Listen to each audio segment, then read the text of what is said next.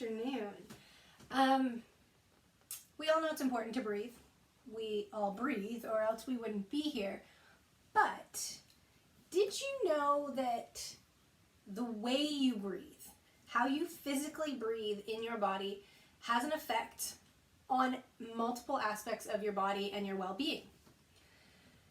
Unfortunately, I learned this years ago from a physio that I worked with, Aaron. He was one of my bosses, and he had taught me, because of some of the neck pain I was getting, that a lot of it was related to how I was breathing.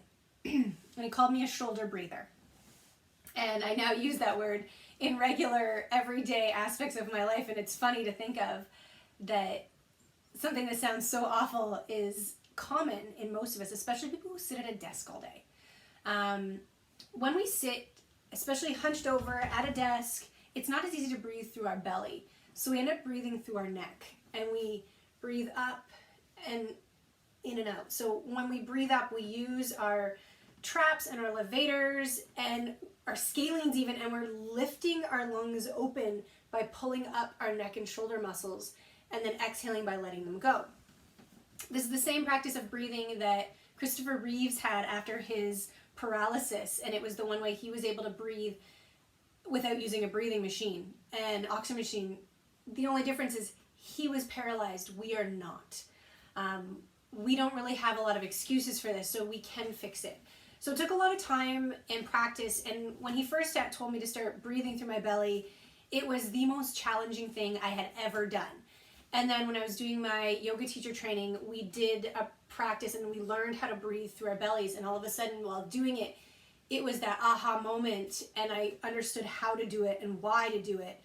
And so there was a few different things I wanted to talk about in respects to breathing through our belly and why actually breathing through our belly affects the habits and health of our whole body. So, and as I mentioned, when we're sitting at desks and stuff and leaning, we tend to breathe in through our shoulders, and we're kind of, and I'm over exaggerating it clearly, right? We're breathing up and we're pulling our shoulders and our muscles up to open our lungs, which causes a lot of strain and stress on our neck. A lot of times we hold a lot of our stress into our shoulders as it is, so having all of that extra work on our neck and shoulders can really irritate our neck and shoulder muscles. Another one is more internal, that if we're using our shoulders and our neck to breathe and our chest to breathe, we're not activating our diaphragm. And when we breathe using our diaphragm, imagine it like a balloon. Every time you inhale, you're blowing up that balloon, and it's moving and massaging and expanding within your body. And every time you exhale, it releases and comes back up. Inhaling, that balloon expands, it comes back up when you exhale. It is activating different nervous systems in your body.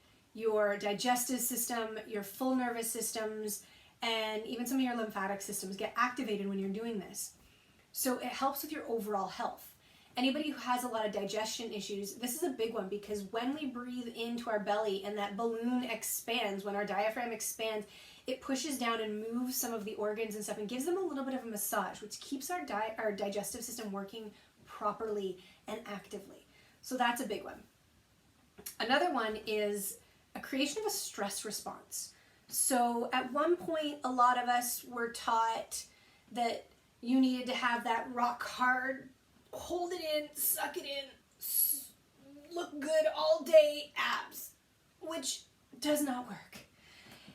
One, it's ridiculous to think that that's what makes you look good is solely your abs. And two, it actually creates a stress response in your body.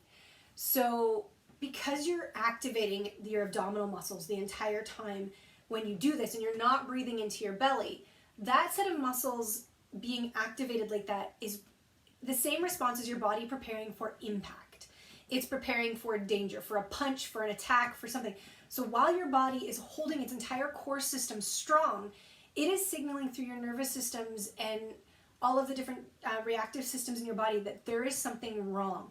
So they go into high stress to protect your body and prepare for this danger, this impact. So then your body is producing excess amounts of cortisol. Your body is running at high stress levels. And this causes all kinds of different damaging effects. It affects your immune system. It can weaken your immune system quite greatly. it also causes cortisol buildup, and cortisol has very few ways to exit the body once it's in. So it tends to be our little belly pudge that causes you to suck it in all the time. To hide that is actually sucking it in is more likely to be causing it, because it is causing more stress on your body. So one of the really easy ways to practice and to get used to belly breathing is simply laying on your back, practicing it a few hours a day, a few minutes a day, while you're falling asleep or right when you get up in the morning. Just laying on your back, placing one hand on your belly, one hand up on your chest, and each time you inhale, start by exaggerating it a little too much, and just inhaling and expanding your belly, exhaling, letting it fall flat again. Inhaling to expand into your belly, exhale to fall flat.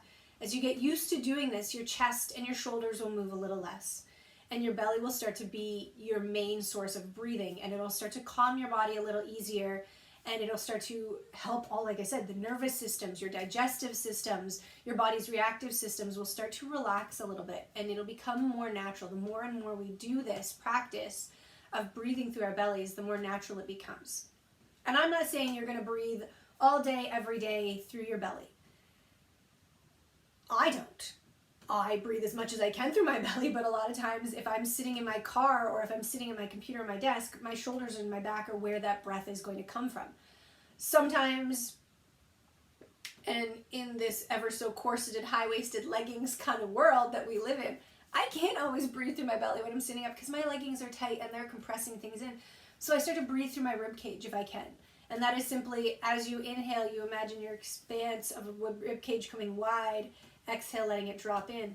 Rib cage comes wide. Exhale, letting it drop back in, and finding movements in those different ways. But a few minutes, a few hours even every day where you just take time to make sure that you're breathing into your belly, it starts to create a habit in your body, and it becomes a little easier every day. So make sure today you spend some time, you breathe through your belly, try to relax your neck and shoulders, maybe even after doing that belly breathing and giving yourself a little minute, maybe giving yourself a little neck stretch for 30 seconds to each side, letting your chin drop to your chest, and let those neck muscles relax and get a little break for once. Thank you for joining me. Have a lovely afternoon. See you later.